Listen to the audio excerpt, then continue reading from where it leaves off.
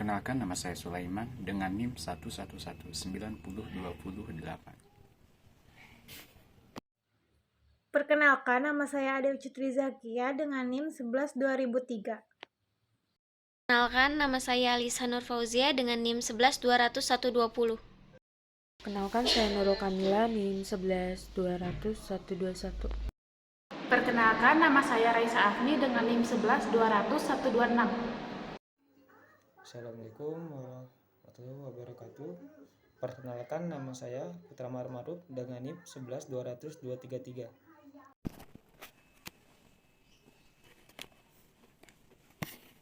Saat ini, teknologi informasi dan komunikasi berkembang dengan sangat cepat.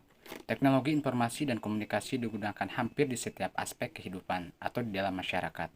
Untuk menjalankan aktivitasnya, TIK dapat membuat hidup lebih mudah di berbagai bidang, seperti kesehatan, ekonomi, pendidikan, pemerintahan, agama, perbankan, dan pekerjaan rumah tangga. Perkembangan teknologi membuat dunia menjadi tidak memiliki batas. Namun, kemajuan teknologi saat ini tak hanya dimanfaatkan masyarakat dalam kegiatan positif, melainkan juga dimanfaatkan dengan menjadikan kegiatan negatif. Salah satu dampak negatif dari perkembangan teknologi ialah munculnya kejahatan teknologi atau yang lebih dikenal dengan cybercrime. Kejahatan-kejahatan dunia maya cybercrime banyak jenis dan beragam. Namun pada dasarnya semua itu sama, yaitu melakukan tindakan kejahatan pada dunia maya, terutama internet atau komputer, kepentingan pribadi maupun golongan tertentu. Salah satu kejahatan dunia maya yaitu pemalsuan data forgery. Kejahatan ini biasanya memalsukan data pada dokumen penting yang tersimpan melalui internet, lalu membuat data tersebut menjadi salah ketik, agar pelaku bisa mendapatkan keuntungan dari kesalahan pada dokumen tersebut.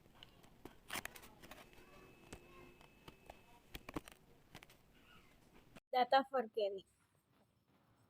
Saat ini, teknologi informasi dan komunikasi berkembang dengan sangat cepat. Teknologi informasi dan komunikasi digunakan hampir di setiap aspek kehidupan untuk menjalankan aktivitasnya. TIK dapat membuat hidup lebih mudah di berbagai bidang, seperti kesehatan, ekonomi, pendidikan, pemerintahan, agama, perbankan, dan pekerjaan rumah tangga. Perkembangan teknologi membuat dunia menjadi tidak memiliki batas. Namun, kemajuan teknologi saat ini tak hanya dimanfaatkan masyarakat dalam kegiatan positif, melainkan juga dimanfaatkan dengan menjadikan kegiatan negatif.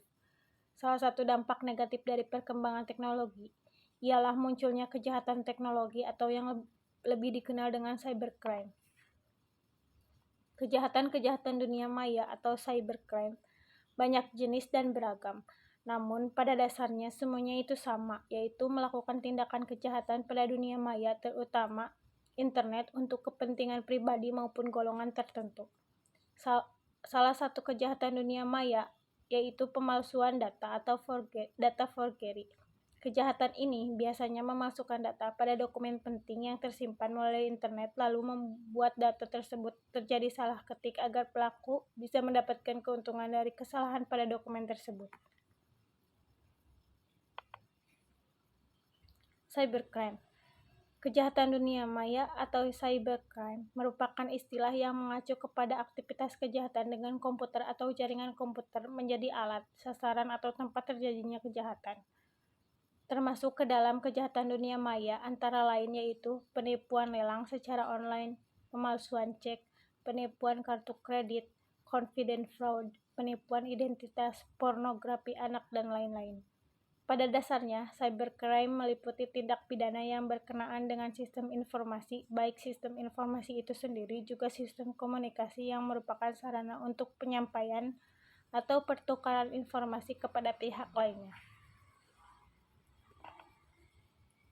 Data forgery. Kejahatan mengenai pemalsuan atau disingkat dengan kejahatan pemalsuan adalah berupa kejahatan yang di dalamnya mengandung unsur keadaan ketidakbenaran atau palsu atas suatu objek, yang suatu tampak dari luar seolah-olah benar adanya, padahal sesungguhnya bertentangan dengan yang sebenarnya. Perbuatan-perbuatan itu dapat berupa penghapusan kalimat, kata, angka, tanda tangan, dan berupa penambahan dengan suatu kalimat, kata, atau angka, dapat berupa pergantian kalimat, kata, angka, tanggal, atau tanda tangan. Jenis-jenis data forgery. 1. Sumpah palsu atau keterangan palsu.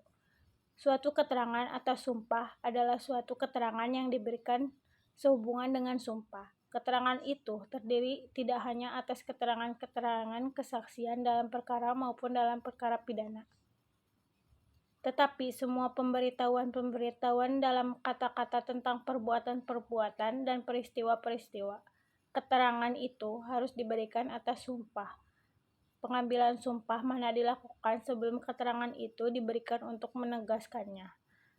Antara sumpah janji dan pelanggarannya terdapat jangka waktu. Pelanggaran terjadi setelah pemberian keterangan palsu. 2. Pemalsuan uang logam dan uang kertas negara serta uang kertas bank. Perbuatan memalsukan uang terdiri atas pergantian bahan-bahan baku untuk membuat uang asli dengan bahan-bahan yang lebih rendah nilainya.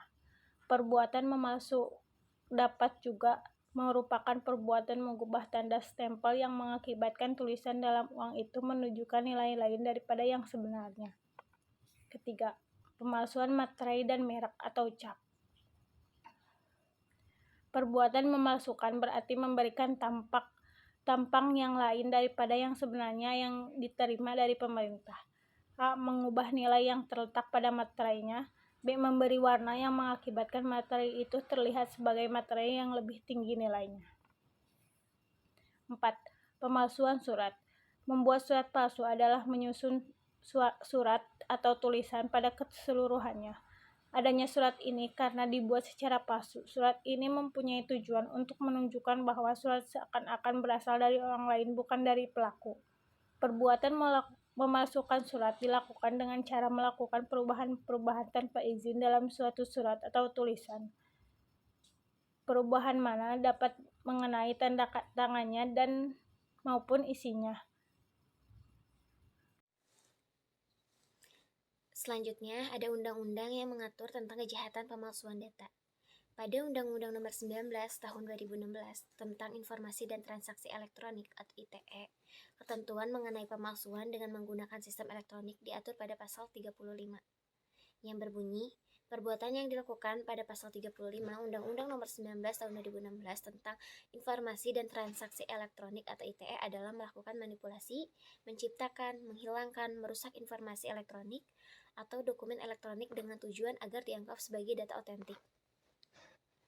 Perbuatan pemalsuan elektronik atau dokumen elektronik tersebut ditunjukkan agar nantinya data yang palsu itu dianggap sebagai data yang otentik atau yang asli oleh pihak lain.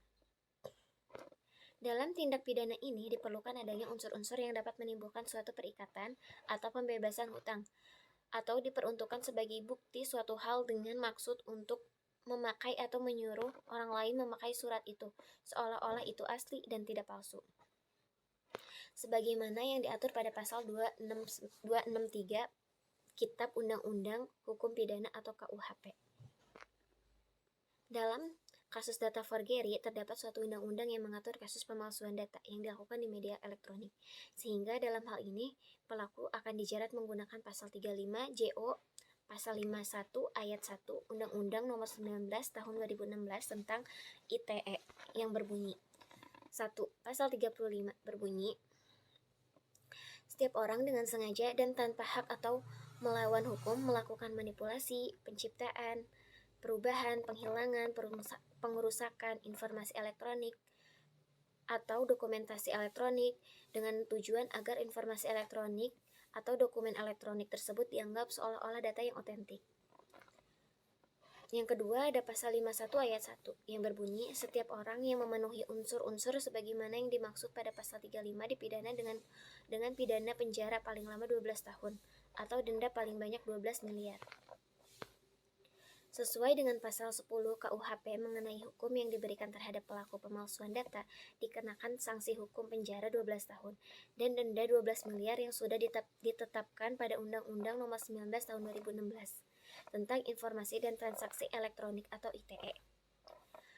Pasal 35 Undang-Undang Nomor 19 Tahun 2016 harus memenuhi jenis, karakteristik, dan kategori tindak pidana cyber, yakni yang pertama itu ada unsur dengan sengaja. Tindak pidana pemalsuan dalam ketentuan pasal 35 harus dilakukan dengan sengaja, yang artinya Ketika perbuatan tersebut dilakukan karena kelalaian atau kulfa, berarti tidak masuk pada unsur ketentuan pasal 35 Undang-Undang Nomor 19 Tahun 2016 tentang ITE ini. Yang kedua itu ada unsur tanpa hak dan perumusan pasal 35 lebih tepat memakai kata atau melawan hukum. Dikarenakan tidak memungkinkan seorang mempunyai hak untuk melakukan manipulasi, penciptaan, perubahan, penghilangan, pengrusakan data dengan tujuan agar data tersebut dianggap sebagai data otentik. Yang ketiga itu ada unsur data komputer. Unsur data komputer ini berarti objek atau media yang digunakan harus menggunakan media elektronik, sehingga nantinya hukuman yang digunakan menggunakan Undang-Undang ITE. Berikutnya ada kasus-kasus data forgery. Yang pertama ada data forgery pada e-banking atau e-banking BCA memalsukan sebuah website bank. Dunia perbankan melalui internet e-banking di Indonesia dikejutkan oleh ulah seorang bernama Stefan Haryanto, yaitu seorang hacker dan jurnalis pada majalah Masterweb. Lelaki asal Bandung ini dengan sengaja membuat situs asli tapi palsu layanan internet banking Bank Sentral Asia atau BCA. Stefan membeli domain-domain dengan nama yang mirip dengan situs asli BCA. Situs-situs plesetan ini pun nyaris sama, kecuali tidak adanya security untuk bertransaksi dan adanya formulir akses palsu. Jika nasabah BCA salah mengetik situs BCA asli, maka nasabah tersebut masuk ke perangkap situs plesetan yang dibuat oleh Stefan, sehingga identitas pengguna atau user ID dan nomor identitas personal atau PIN-nya dapat diketahui. Modusnya yaitu sangat sederhana. Si hacker memfotokopi tampilan website bank BCA yang seolah-olah milik BCA. Tindakan tersebut dilakukan untuk mengecoh nasabah sehingga pelaku dapat mengambil identitas nasabah tersebut. Modus lainnya yang juga menggunakan situs palsu adalah penipuan lewat situs-situs tertentu. Yang pernah terjadi adalah sebuah situs porno XXX membuat penawaran jika ingin masuk dan melihat gambar sure yang mampu menaikkan adrenalin, silakan melakukan registrasi dan transfer biaya sebesar 10.000 lewat Bank BCA.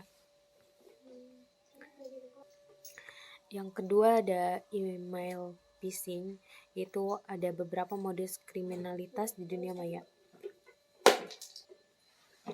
Salah satu bentuknya yang wajib diwaspadai adalah pencurian data-data akun penting Anda. Pelaku biasanya adalah seorang hacker dengan cara menjebak orang lain untuk tidak sadar bersedia memberikan data-data akunnya. Modus yang digunakan adalah mengirimkan sebuah email phishing, yaitu pengiriman email yang bertujuan untuk mencuri data-data rahasia tentang akun kita. Email seperti ini harus kita waspadai. Caranya adalah dengan tidak mengindahkan dan menuruti perintah-perintah si hacker tersebut. Selanjutnya, Anda lakukan blokir alamat email dari si pengirim email phishing tersebut. Yang ketiga ada kejahatan kartu kredit yang dilakukan lewat transaksi online di Yogyakarta. Polda Daerah Istimewa Yogyakarta menangkap 5 karder dan mengamankan barang bukti bernilai puluhan juta yang didapat dari merchant luar negeri.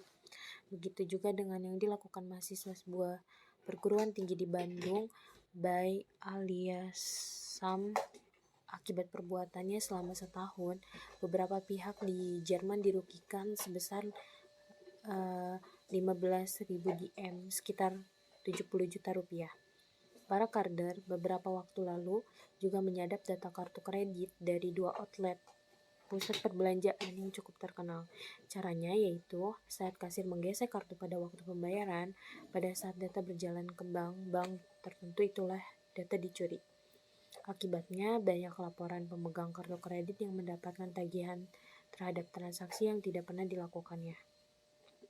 Modus kejahatan ini adalah penyalahgunaan kartu kredit oleh orang yang tidak berhak. Motif kegiatan dari kasus ini termasuk ke dalam cybercrime sebagai tindakan murni kejahatan. Hal ini dikarenakan si penyerang dengan sengaja menggunakan kartu kredit milik orang lain. Kasus cybercrime ini merupakan jenis carding. Sasaran dari kasus ini termasuk ke dalam jenis cybercrime menyerang hak milik. Sasaran dari kasus kejahatan ini adalah cybercrime penyerang pribadi. Nama saya Raisa Afni dengan NIM 11200-126. akan membacakan tentang cara penanggulangan data forgery. Yang pertama itu ada verify your account. Jika verifnya meminta username, password, dan data lainnya, jangan memberikan reaksi balik. Anda harus selalu ingat password jangan pernah diberikan kepada siapapun. Namun kalau Anda mendaftarkan akun di suatu situs dan harus memverifikasinya dengan mengklik suatu URL tertentu tanpa meminta mengirimkan data macam-macam, lakukan saja karena ini mekanisme umum. Yang kedua itu ada if you don't respond within 48 hours, your account will be closed. Jika Anda tidak merespon dalam waktu 48 jam, maka akun Anda akan ditutup. Harap membaca baik-baik dan tidak perlu terburu-buru. Tulisan di atas wajib Anda waspadai karena umumnya hanya propaganda agar pembaca semakin panik. Yang ketiga itu ada value customer. Karena email phishing biasanya targetnya menggunakan random, maka email tersebut bisa menggunakan kata-kata ini, tapi suatu saat mungkin akan menggunakan nama kita langsung. Jadi Anda harus waspada, umumnya kebocoran nama karena kita aktif di milis atau forum komunitas tertentu. Kemudian ada klik the link below to gain access to your account. Metode lain yang digunakan hacker yaitu dengan menampilkan URL address atau alamat yang palsu. Walaupun wajah webnya bisa jadi sangat menyerupai atau sama, tapi kalau diminta registrasi ulang atau mengisi informasi sensitif, itu patut diwaspadai. Misalnya halaman login di Yahoo Mail, di sana Anda akan disuruh memasukkan username dan password email Anda untuk login. Ketika Anda mengklik tombol login, maka informasi username dan password Anda akan terkirim ke alamat pengirim email. Jadi email tersebut merupakan jebakan dari pengirim email yang tujuannya untuk mendapatkan password email Anda. Yang lebih rumit lagi, sekarang sudah ada beberapa e-book yang berkeliaran di internet untuk menawarkan teknik menjebol password. Seperti diketahui, password merupakan serangkaian karakter baik berupa huruf, string, angka, atau kombinasinya untuk melindungi dokumen penting. Anda bisa bayangkan jika password email Anda jebol. Yang terjadi adalah seluruh data-data akan dapat diketahui, termasuk password, akun internet banking, yang verifikasinya bisa masuk melalui email. Maka akan habis uang dan Anda di akun tersebut. Dan saran data forgery. Kesimpulan, 1. Data forgery merupakan sebuah kejahatan dunia maya yang sangat berbahaya. 2. Kejahatan data forgery ini lebih ditunjukkan untuk pemalsuan juga pencurian data-data maupun dokumen-dokumen yang penting baik di instansi pemerintah maupun perusahaan swasta. 3. Data forgery berpengaruh terhadap keamanan negara dan keamanan negara dalam negeri. Saran, 1. Dalam menggunakan e-commerce, kita harus lebih berhati-hati saat login, memasukkan password. 2. Verifikasi akun yang kita punya secara berhati-hati. 3. Update-lah username dan password secara berkala. Sekian dari saya. Assalamualaikum warahmatullahi wabarakatuh.